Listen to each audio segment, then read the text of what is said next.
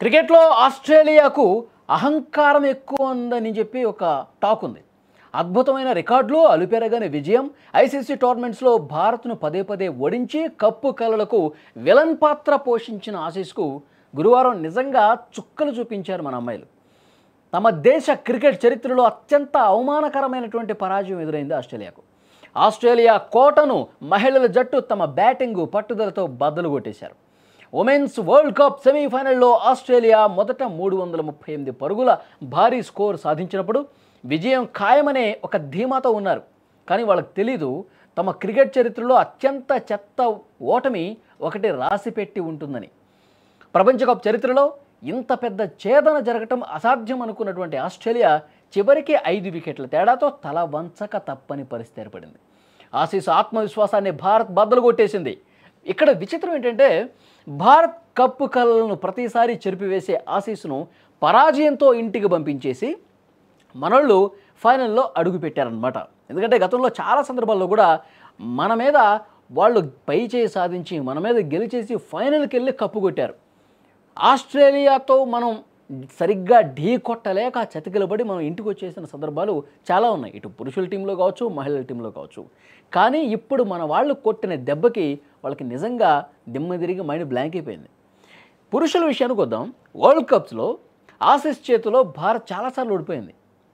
ఆ ఓటముల్లో ముందుగా గుర్తొచ్చేది, ఒక పీడకలలా గుర్తొచ్చేది 2003వ సంవత్సరం జరిగిన వరల్డ్ కప్ ఫైనల్ మ్యాచ్.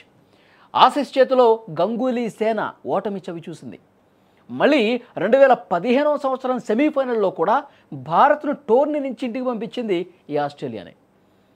ఇక మహిళల విషయంలోకి వస్తే 2009, 2010 టీ20 వరల్డ్ కప్ సెమీఫైనల్స్, అలాగే 2020 టీ20 వరల్డ్ కప్ ఫైనల్లో కూడా భారత్ కప్పు సాధించడానికి ఆస్ట్రేలియా ఒక అడ్డుగోడగా నిలబడింది, మనల్ని ఓడించింది, కప్ ఎగరేసిపోయింది. అయితే 2017 వన్డే వరల్డ్ కప్లో మాత్రం సెమీస్లో భారత్ చేతిలో ఆసీస్కు భంగపాటు తప్పల. 2017 నాటి కథను మళ్ళీ రిపీట్ చేశారు.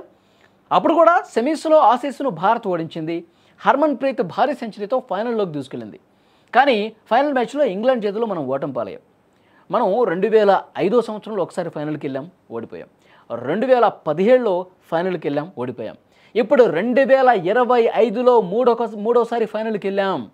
ఈసారి మాత్రం గట్టిగా ఒడిసి పట్టుకోవాలి. ఎలాంటి భయము బెరుకు లేకుండా మనం అద్భుతమైనటువంటి పోరాటం చేశాం కాబట్టి ఆస్ట్రేలియా లాంటి ఒక అహంకారమైనటువంటి జట్టును కూడా మనం ఓడించేసి ఒక భారీ టార్గెట్ని ఛేదించేసి బోలెడంత ఆత్మవిశ్వాసాన్ని పుణికి పుచ్చుకొని ఫైనల్లో అడుగు పెట్టబోతున్నాం.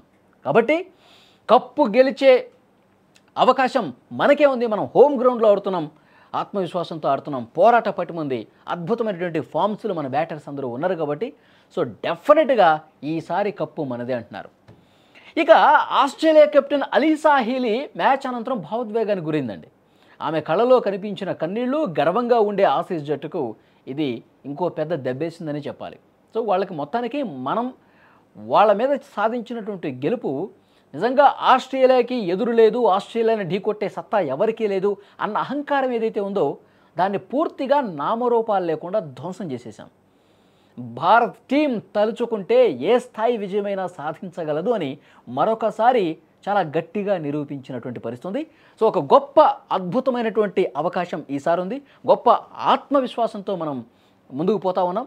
సో ఆ పోరాట పటిమ ఇదే విధంగా ఇదే స్ఫూర్తిని నవంబర్ 2వ తారీఖు సౌత్ ఆఫ్రికాతో జరిగే మ్యాచ్లో కూడా మనం కనబరిస్తే విజయం మనదే, కప్ మనదే.